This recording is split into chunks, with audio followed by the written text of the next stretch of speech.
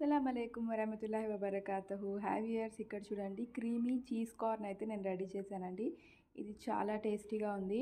Same restaurant style అయితే వచ్చింది. మీరు ఒకసారి ట్రై చేయండి. చీజ్ లవర్కి అయితే చాలా బాగా నచ్చుతుంది. ఇక్కడ 2 స్పూన్స్ బటర్ తీసుకొని అందులో 1 స్పూన్ గార్లిక్ అయితే ఇలాగ సన్నగా చాప్ చేసి వేసాను. గార్లిక్ అది వెల్లుల్లి అంటారు కదా అది. అందులో ఒక 2 స్పూన్స్ మైదా యాడ్ చేయండి.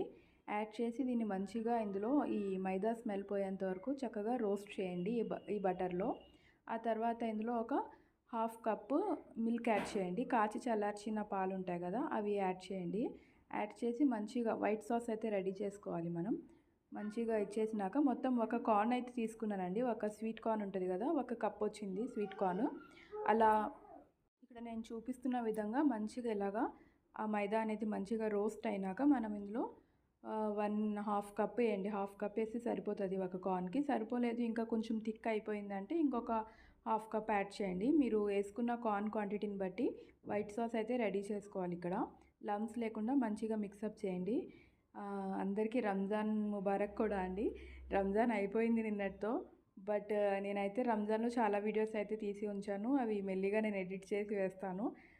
ఇక్కడ చూడండి, black pepper, red chilli flakes, corn, అది ఆర్గానో ఉంటుంది కదా, ఆర్గానో కూడా యాడ్ చేయండి. చిల్లీ ఫ్లేక్స్ పాస్తాలో వేస్తాం కదా అది, అవన్నీ యాడ్ చేసి సాల్ట్ కూడా యాడ్ చేయాలి. ఆ తర్వాత ఒక కప్పు కార్న్ కూడా యాడ్ చేయండి. యాడ్ చేసి ఇలా మిక్సప్ చేయండి. వీడియోస్ అయితే అన్నీ ఉన్నాయండి, మా రెసిపీస్ అన్నీ నేను సేవ్ చేసి పెట్టాను. అవి నేను ఎడిట్ చేసి వేయడానికి కొంచెం టైం అయితే పడుతుంది. బట్ డైలీ అయితే ఇప్పటి నుంచి అప్డేట్ అయితే ఇస్తాను నేను.